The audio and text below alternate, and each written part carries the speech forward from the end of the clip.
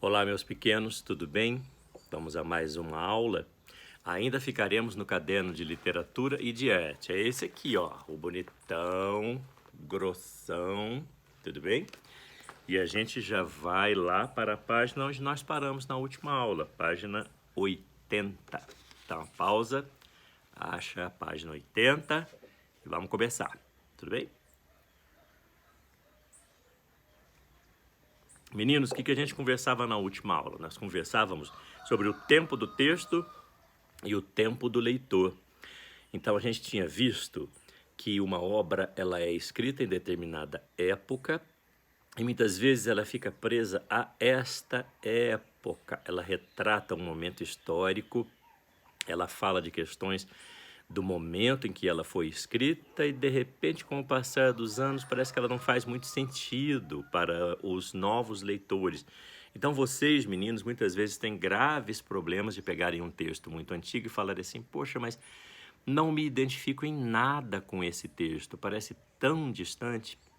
E quando esse texto não se identifica nada com o tempo atual, o que você costuma fazer? Meio que desprezá-lo. É bom? Não é bom. É importante que nós tenhamos sempre uma noção de como as coisas foram feitas nas suas determinadas épocas, como era o pensamento, o que retratavam, como era aquela sociedade. E aí veio o exemplo que o seu tio falou com vocês na aula, a literatura de um período chamado Romantismo, que é o finalzinho do século XVIII e começo do século XIX. Então, muitas vezes você vai ler aqueles poemas byronianos, lembra que eu disse Lord Byron? Que era um poema que dizia, o amor platônico, a minha mulher amada, ela não me quer, então eu devo morrer. Então, as pessoas que não suportavam esses amores, elas acabavam tendo pensamentos de morte e queriam o distanciamento, a fuga, a fugacidade é o nome técnico. E de repente você hoje fala, nossa tio, que meio ridículo essa história de amor platônico, desses sentimentos exacerbados que levam à morte. Claro que isso ainda existe, mas hoje a gente dá uns outros nomes, né, pequenos? A gente acaba chamando de depressão, síndrome do pânico, e a gente percebe que às vezes é um certo desregulamento neural, etc. Mas para eles, no século XIX, era algo assim encantador, que meio que refletia a posição das pessoas à época e principalmente da sensibilidade artística da época. E o seu tio não falou só da poesia do Lord Byron, que é chamada de ultra-romântica, ou mal do século, né? O amor platônico não correspondido, era chamado de o mal do século ali no século XIX. E vimos também um livro importante do Goethe, que é um autor alemão, chamado Os Sofrimentos do Jovem Werther, que fez um estrago danado à época, porque foi um romance que pela primeira vez focou a ideia da adolescência, da meninada mais jovenzinha, com o primeiro amor e o amor levado ao extremo. E nós vimos, né, tentando não dar muito spoiler, a ideia do Werther apaixonado pela Charlotte e a Charlotte comprometida com William, melhor amigo do Werther. E ele não querendo se intrometer e tal, e o sofrimento todo que aquilo causou e o que causou nos leitores da época, né? Os meninos não estavam acostumados com aquele tipo de literatura e de repente leram e pensaram, Tom, talvez seja a solução para os nossos problemas amorosos. Vamos imitar o Werther? Meninada, isso o tio contou, né? A fita, o laço de fita rosa que a Charlotte usava, que era descrito na obra, e que todas as moças queriam ter igual. A roupa que o Werther usava, o colete amarelo, o terno azul, todos os meninos queriam ter igual. Então reflete, de certa forma, o que é a adolescência, uma certa busca por ídolos, uma certa busca por referências, mas lá no século XIX, de repente, vem uma referência bastante desagradável e eles não compreendendo muito essa referência, ou então compreendendo bastante essa referência, acabaram, né, cometendo atos desagradáveis, que vocês devem compreender o que são. E hoje em dia a gente consideraria que isso pode acontecer, mas não como aconteceu na época, né? Que ficou quase que uma pandemia de gente que queria fugacidade por conta de seus amores mais mal resolvidos, etc. Então a gente vai ter sempre obras que refletem o momento histórico. E também teremos o quê? Obras que nós lemos hoje e parece que foi escrita para depois de amanhã, de tanto que elas refletem o nosso íntimo, nosso interior, o que é o ser humano de um modo geral. Essas são as obras que seu tio considera obras clássicas. Não no sentido literal, né, do clássico grego, romano. Clássicas no sentido de duradouras, universais, atemporais. Universal é, em qualquer lugar do mundo a obra é compreendida. Atemporal significa, em qualquer época em que for lida, vai ser compreendida. Por isso que eu chamo isso de obras clássicas. E essas obras grandiosas a gente pode trazer como representantes aí William Shakespeare, né? Se você lê o Hamlet de William Shakespeare, você vai ter uma obra universal, atemporal e compreender perfeitamente o ser humano, suas dúvidas. As maiores dúvidas do ser humano estão colocadas ali em Hamlet, uma obra do teatro, uma obra dramática de William Shakespeare. E nós fizemos, né, a brincadeira com a ideia de que a representação do Hamlet hoje em dia sempre tem aquela caveira na mão e o monólogo de Hamlet. Essa cena, na verdade, não foi descrita dessa maneira, porque o teatro não trazia essas rubricas todas explicando como tinha que ser. Mas essa imagem ficou meio que eternizada, né, do personagem chamado Hamlet, segurando uma caveira na mão e dizendo um monólogo que é talvez a grande... Não, talvez não, vamos, é a grande dúvida humana, né? Ser ou não ser, eis a questão. Essa tradução do to be or not to be, that's the question, ela às vezes é um pouco mal feita, assim, para a gente talvez um pouco mal compreendida nesse ser ou não ser. Porque o to be, vocês estudam em inglês e, né, é uma extensão de possibilidades do to be. Agora, para ter essa sonoridade poética, ficou ser ou não ser, eis a questão. Mas, na verdade, esse ser aí, esse to be aí, ele está no sentido de existir. Existir ou não existir. Eis a questão, que é o sentido de manter-me vivo ou não, eis a questão. E o Hamlet questiona isso, né? O personagem Hamlet questiona existir ou não existir, eis a questão. E ele diz, poxa, essa vida tem tantos problemas, tantas coisas desagradáveis, e o personagem tinha perdido muita gente, tinha perdido muita coisa, tinha sofrido terríveis agressões da vida. Então ele questiona, por que não acabar com a vida? Mas depois ele pensa assim, morrer, dormir, sonhar, sonhar. E aí vem o medo de que depois da morte ele continuasse sofrendo para sempre, através dos pensamentos, através da alma. Então ele questionava, talvez morrendo seja até pior.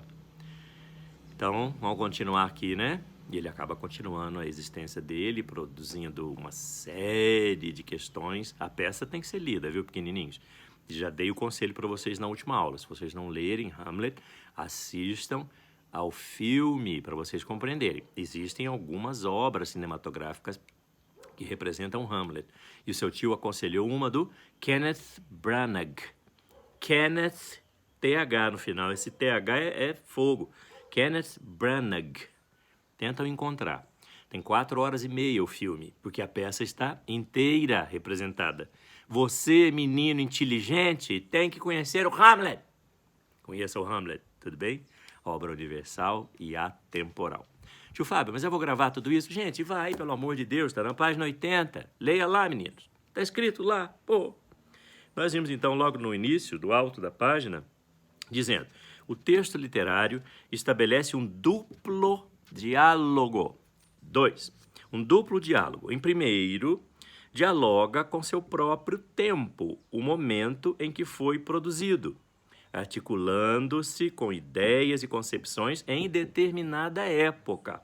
Por isso, é tão importante compreender os parâmetros estéticos que fornecem os instrumentos para que o autor se expresse desta ou daquela maneira.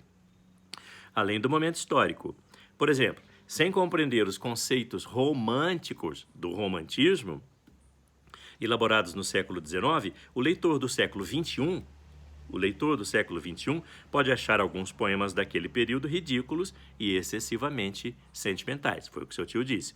Parece que ficou muito marcado para aquela época. Mas a gente tem que compreender a época. Revolução Francesa, o poderio da burguesia, etc. Tem que estudar história. Tá? E aí, logo abaixo, vem a capa do Sofrimentos do Jovem Werther, do Goethe. E a explicaçãozinha do Werther, que a gente já fez a leitura. Agora vamos ver em segundo lugar. Em segundo lugar, o texto literário de qualidade tem a capacidade de dialogar com todos os tempos. Eu, se fosse você, grifava esse com todos os tempos, puxava uma seta e escrevia obra universal e atemporal. Escreveram? Obra universal e atemporal. E a gente pode colocar 2 pontos ou entre parênteses, compreendida em qualquer lugar e em qualquer época. Tudo bem? Então, em todos os tempos. Nem sempre o autor foi valorizado em sua época, como é valorizado hoje. Isso ocorre porque quando o lemos hoje, encontramos esse diálogo com o nosso tempo. Por outro lado, não é difícil encontrarmos autores que só conseguiram estabelecer conexões com sua época, sendo por isso esquecidos. Por isso que o seu tio chamou de obra clássica aquela que hoje faz sentido, muito sentido. Portanto, leitura literária é aquela que busca encontrar no texto respostas para estas perguntas básicas. Que diálogo esse texto estabelece com o seu tempo? O que esse texto tem a dizer a mim, que o leio em meu próprio tempo? A gente questiona, né? Vamos dar uma lidinha de um trecho de uma obra clássica. A gente vai falar de Memórias de um Sargento de Milícias, de Manuel Antônio de Almeida. É um livro do romantismo brasileiro. Por incrível que pareça, ele é um livro romântico. A gente vai estudar isso na hora certinha. É um livro do período romântico, mas ele já traz características realistas. Mas isso deixa para depois. Mas dá uma olhadinha nesse trecho. Como é bonitinho. Século XIX, Lord Byron, Goethe, escrevendo aquelas coisas dramáticas, e de repente veio o Mané, Manuel Antônio de Almeida, e escreve isso aqui. Leitura. Está no texto aí, acompanha comigo. Nas escadas do Império, fazia-se leilão como ainda hoje. Divertindo-se muito o povo ali apinhado com as graçolas pesadas do pregoeiro. Estiveram aí algum tempo entretidos os nossos conhecidos e foram depois procurar no meio do campo um lugar onde pudessem fazer alto para cear e ver o fogo. Acharam-no, não sem alguma dificuldade, pois que muitas outras famílias se haviam adiantado e tomado as melhores posições. Grande parte do campo estava já coberta daqueles ranchos sentados com esteiras, ceando, conversando, cantando modinhas ao som de guitarra e viola. Fazia gosto passear por entre eles e ouvir aqui a anedota que contava um conviva de bom gosto, ali a modinha cantada naquele tão apaixonante, poético, que faz uma das nossas raras originalidades apreciar aquele movimento e animação que geralmente reinavam. Era essa a parte, permita-nos a expressão, a parte verdadeiramente divertida do divertimento. Gente, presta atenção, é a mesma coisa. Quer dizer, por conta da pandemia, mal menos, né?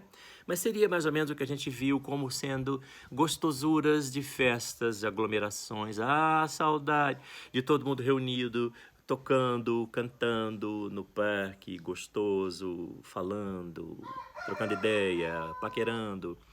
Isso aqui aconteceu no século XIX. Era uma festa, era um encontro popular, e todo mundo reunido, rindo, gostando, tomando sol.